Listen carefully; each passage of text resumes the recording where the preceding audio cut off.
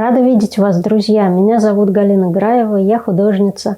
Добро пожаловать в мою красочную галактику. Сегодня мы с вами отправимся за новогодним настроением в город Больцано, который находится в Италии, практически на границе с Австрией. Побываем на рождественских ярмарках,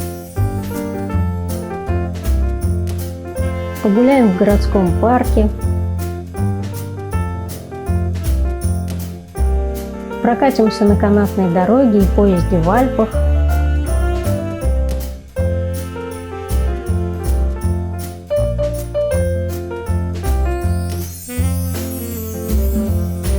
а также посетим местные музеи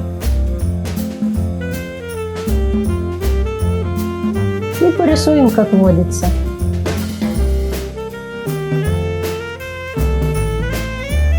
Вообще, конечно, делать контент о путешествиях по Европе в наши дни не очень актуально. Мне ли, человеку, который продолжает жить на две страны, этого не знать. Такие поездки мало того, что в десятки раз возросли в цене, так еще и по физическим затратам стали сравнимы разве что с кругосветным путешествием. Лично я их выдерживаю исключительно на морально-волевых. И если бы не необходимость, возможно, бы и никуда не поехала. Поэтому были сомнения, стоит ли делать такое видео. Но куда деваться, если меня занесло именно сюда, и путешествия являются неотъемлемой частью моей жизни. Я решила, пусть уж это видео будет ознакомительным и в то же время развлекательным и, конечно, вдохновляющим. Возможно, у вас появятся какие-то идеи для предстоящего праздника. А может быть, вы живете в Европе или других странах, откуда в Италию легко добраться. Это видео сподвигнет вас на путешествие. Ну а если вы из России все-таки планируете поехать в Италию, то регион, о котором сегодня пойдет речь, я однозначно советую посетить. Пока что в моем личном рейтинге по Италии он номер 1. Что ж, не будем терять время и поехали. Город Больцано находится в провинции Южный Тироль, который до Первой мировой войны принадлежал Австрии. И этим сказано практически все. Приехав сюда, вы как бы убиваете двух зайцев, оказываясь словно в двух странах одновременно. Коренные жители этого региона не итальянцы. Назвать их австрийцами тоже язык не поворачивается, потому что все-таки они граждане Италии. Но родной язык здесь немецкий и культура соответствующая. Я думаю, правильно называть их южными тирольцами, но для сокращения буду называть просто тирольцами. Наверняка любители зимних видов спорта хорошо знают такие имена, как Каролина Костнер, Армин Цогелер, Ребекка Паслер, Даниэль Грассель. Вот эти странные итальянцы с немецкими именами и фамилиями являются уроженцами Южного Тироля. А еще такие названия, как Антхольц-Антерсельва, также по зимним видам спорта нам хорошо известны, и не случайно, что названия тут всегда двойные. Все названия улиц и городов здесь дублируются на двух языках. Да и сам Южный Тироль имеет еще и итальянское, очень сложно выговариваемое название Трентино-Альто-Адидже. Разумеется, здесь проживают не только тирольцы, но и итальянцы, а также ладинцы. Это отдельный народ, говорящий на ладинском языке. Мне такое смешение культур, мирно существующих вместе, очень нравится. Но так было не всегда. После Первой мировой войны и в последующие годы при правлении Муссолини тирольцы подвергались притеснениям. Им запрещали говорить на своем языке, надевать национальную одежду. Разумеется, народ всячески протестовал. Поэтому сейчас Южный Тироль имеет автономный статус, и все налоги, собираемые здесь, дальше этого региона не уходят. Но единения между народами все же нет, они как будто существуют параллельно. Очень интересный факт. Школы и детские сады здесь разделены по языковому принципу. Немецкоговорящие ходят в свои, италоговорящие в свои. По-другому нельзя. Запрещено законом. Было время, когда итальянцы стали массово отдавать своих детей в немецкоговорящие школы. Конечно, таким образом появляется прекрасная возможность выучить иностранный язык на уровне носителя. Но получилось так, что в итальянские школы в итоге никто не хотел идти. И был введен соответствующий запрет и четкое разделение по языковому принципу. Но, как по мне, это единению не очень-то способствует. Но при этом во всех госучреждениях служащие обязательно владеют 2 языками. И если вы говорите по-немецки, в этой части Италии точно будете чувствовать себя как рыба в воде. В ресторанах, музеях, на вокзалах сможете свободно общаться. По-моему, это еще одно преимущество Южного Тироля. Точно так же, независимо от национальности, работающие в общественных местах вам ответят и по-итальянски. Причем старшее поколение тирольцев знает итальянский гораздо лучше молодежи. Ведь они росли, когда не было интернета, и приходилось смотреть итальянское телевидение, читать газеты. Мне всегда было очень интересно, как чувствуют себя тирольцы, кем они ощущают себя в Италии. Но пока пообщаться на эту тему с ними у меня не было возможности. Может быть, вы здесь живете или знаете местных. Напишите в комментариях, будет очень интересно. По приезду мы сразу отправились в исторический центр города смотреть рождественские ярмарки. Они здесь вроде как лучшие в Италии. Рождественские ярмарки – это вообще такая европейская туристическая фишка, но по большому счету в России это тоже есть. Такие палаточки в виде домиков с сувенирами и едой. Вообще с сувенирами надо быть поосторожнее. Скорее всего, они будут сделаны либо в Индии, либо в Бангладеш. Ориентироваться нужно на цену. Местная ручная работа не будет стоить дешево. И такие вещи продавать на ярмарках, скорее всего, просто невыгодно, так как туристы, как правило, ищут что-то побюджетнее. Поэтому я предпочитаю покупать непосредственно у мастеров через соцсети или сайты. Так надежнее и можно спокойно выбрать. А ярмарки больше для настроения.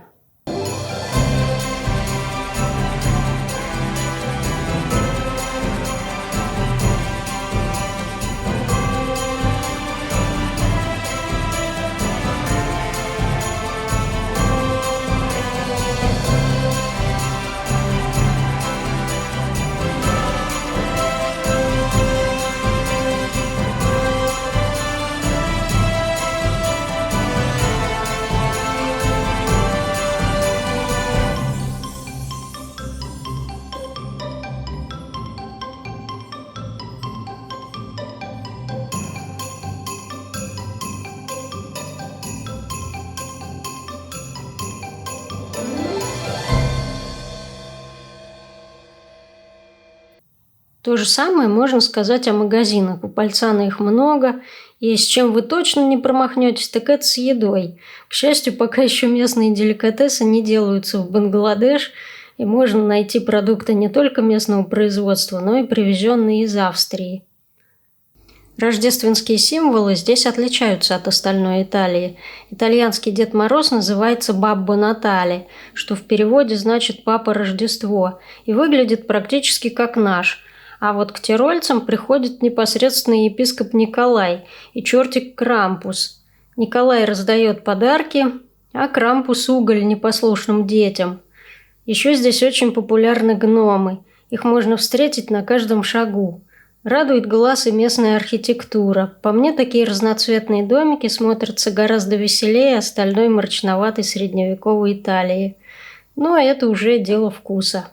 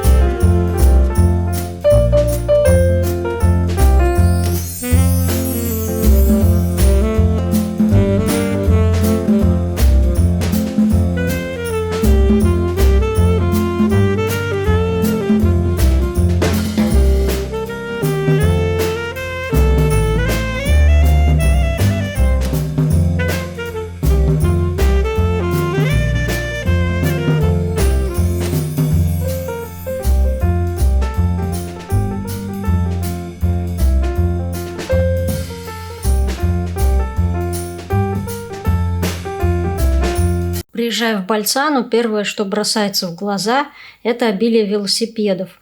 В отличие от остальной Италии, здесь это основное средство передвижения. Только пешеходам надо быть очень осторожными. Народ ездит очень быстро, только успевая от них уворачиваться, а пешеходных дорожек гораздо меньше, чем велосипедных.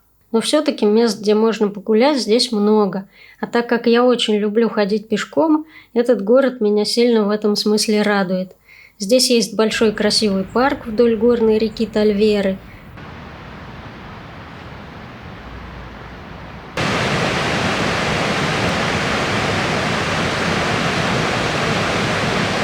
Виды, конечно, просто потрясающие. Кругом горы, альпийские домики.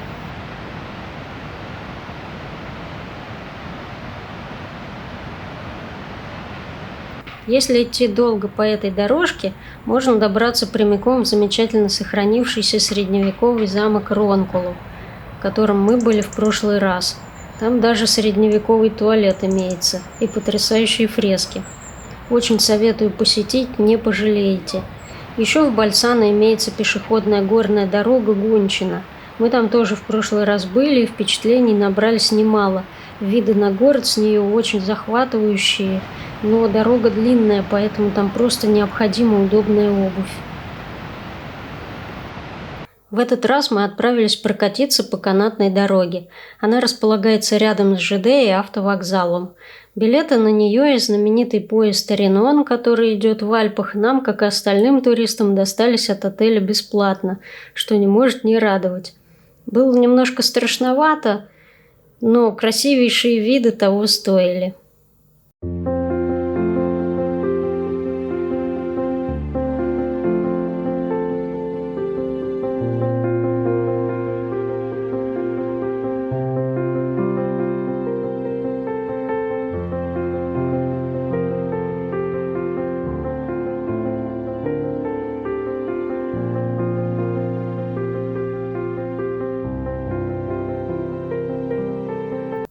А вот и поезд, скорее поехали.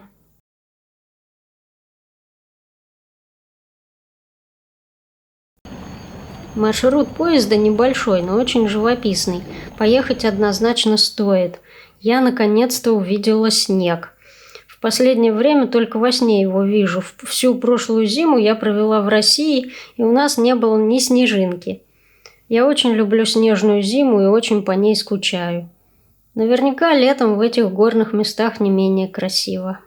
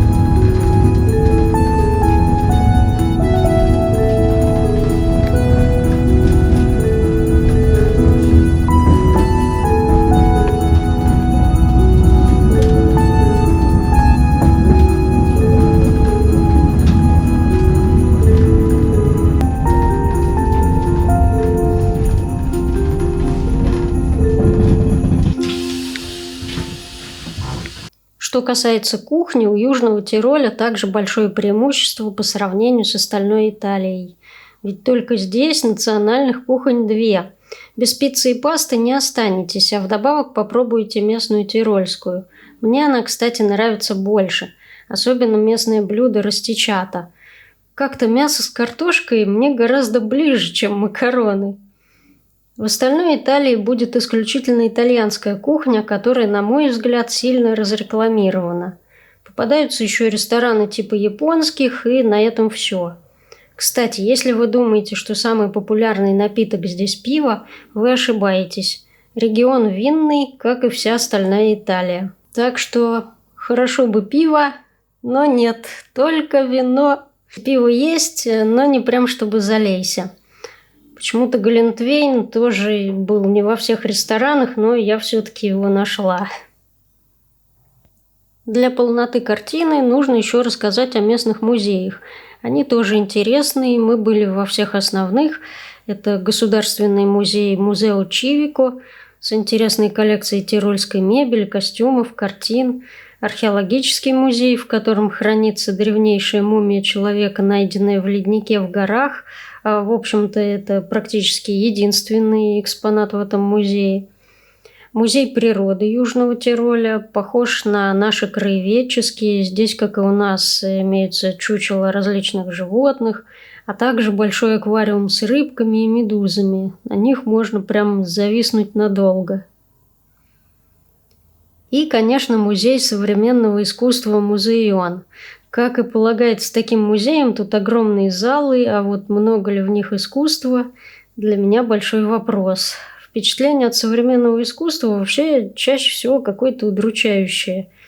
Да, есть в этом философия, может даже глубокий смысл, но где исцеляющая красота, где эстетика? После такого выходишь больным, словно пообщавшись с неприятным человеком. На мой взгляд, так быть не должно. Неужели художнику обязательно использовать кровь и кости животных или что-то в этом роде? Вообще жуть какая-то. Сам термин «современное искусство», по-моему, сильно устарел, потому что далеко не все современные художники творят в такой манере. Я тоже современный художник, но на холст предпочитаю выносить что-то хорошее, а остального и так по жизни хватает. Поэтому такое искусство... Кстати, тут экспонат из 70-х годов прошлого века. Надо уже называть как-то по-другому. Из положительных моментов мы встретили очень любезную сотрудницу, которая нам подробно рассказала о всех имеющихся выставках. Мне больше всего понравилась выставка олимпийских факелов. Наши там тоже, кстати, были.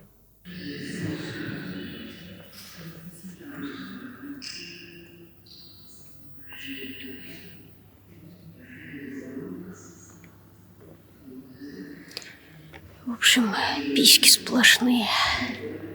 Раз уж речь зашла об искусстве, мы с вами, конечно, порисуем. В прошлую поездку в Больцано мы остановились в старом, ничем не примечательном отеле. Бронировали в последний момент. В итоге номера там были с изрядно потрепанной мебелью. Ремонт не делался годов с 80-х. Уютными их никак не назовешь, но при этом хозяин оказался гениальным поваром. Готовил вкуснейшие блюда. Честно говоря, я таких в Италии еще не встречала. Причем готовил он в основном исключительно для постояльцев отеля. Для остальных только пицца и напитки. По вечерам в ресторане собирались местные завсегдатаи. По возрасту примерно 60+. Среди них была парочка, скорее всего, тирольцев. Они выделялись на фоне шумных итальянцев тем, что сидели абсолютно молча с бокалами вина. На столе у них больше ничего не было. Сидели долго, час, а то и больше. Ни слов, ни эмоций. Я сразу поняла, что это мои персонажи. Глаз от них оторвать не могла. И, конечно, нарисовала. Хотя крайне редко рисую что-то по впечатлениям от поездок. Мне показалось, вели себя они очень смело и даже дерзко, вот так сидеть в своих мыслях на фоне шума вокруг. Но самое удивительное, такие компании собирались не только по вечерам, но и по утрам. И, между прочим, тоже за бокальчиком вина. В этот раз мы специально остановились в том же отеле, чтобы вкусно поесть. Но хозяин нас очень обломал, сказав, что в этот период он обычно отдыхает от ресторана. Знали бы заранее, наверное, остановились бы в другом месте. Но все же я была рада туда вернуться. Мне почему-то запали в душу эти абажуры, вот и нарисовала вторую картинку о старом отеле.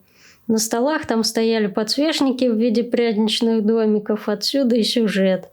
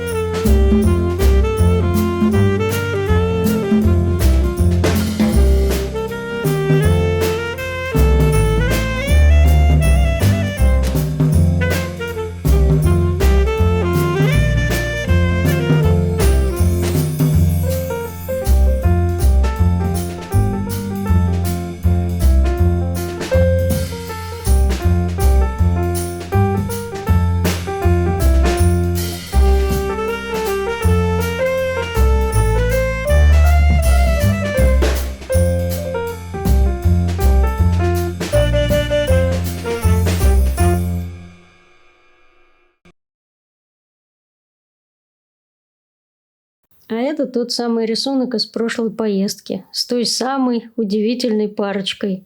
Кстати, тех ребят я все-таки увидела и в этот раз. Однажды вечером бар был открыт, и я их разглядела. Они улыбались, были радостными, и мне стало очень приятно. Я ведь с ними, можно сказать, сроднилась, пока рисовала.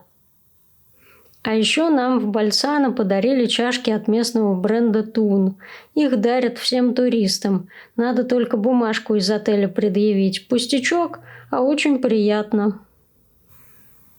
Из минусов на обратной дороге мы попали в забастовку железнодорожников, и поезда не ходили. Самое интересное, что и в прошлый раз с нами случилось то же самое. Пришлось останавливаться в гостинице еще и на полпути. Удивительного ничего нет. В Италии забастовки случаются чуть ли не каждый день, и гораздо сложнее в них не попасть. Это, конечно, крайне неприятно, мягко говоря. Но в целом поездка выдалась удачной, и с погодой повезло. Большое спасибо вам за просмотр, друзья. Я очень надеюсь, что это видео вам понравилось. И если так, не забудьте, пожалуйста, подписаться на мой канал, поставить лайки. Ну а я хочу поздравить вас с наступающим Новым годом и пожелать, конечно же, в первую очередь здоровья, удачи во всем, всего только самого наилучшего. И, разумеется, самых приятных, вдохновляющих путешествий и замечательных впечатлений.